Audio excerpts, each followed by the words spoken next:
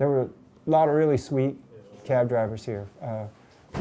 When the Arab drivers started showing up, it was really beautiful because I learned a lot about Islam, which I never knew before. There was a really lovely driver. I don't know his last name. His first name was Muhammad, which is like Joe. It's like a common name. And I didn't see him for a while. He was young. He was a real kind, friendly person. A little too kind to be a cab driver, perhaps. Didn't see him for a while.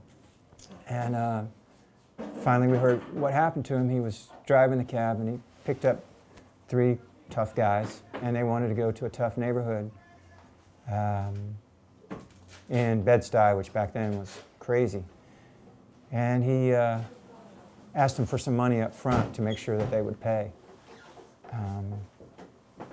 And so they gave him a $20 bill up front, and they made 3 stops, and at the end of the 3rd stop,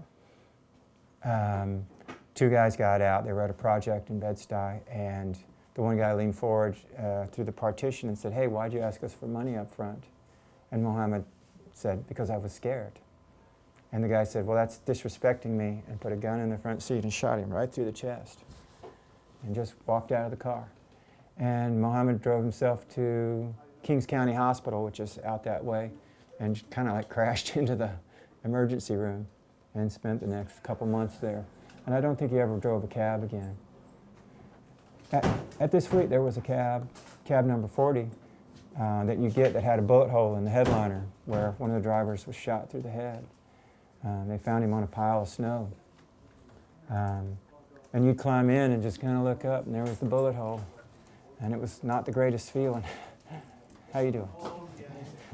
Yeah, you remember what it was like back then when they were killing cab drivers? Oh, it was a bad time. They were killed, like one a month was getting killed. It was dangerous back then when crack first hit.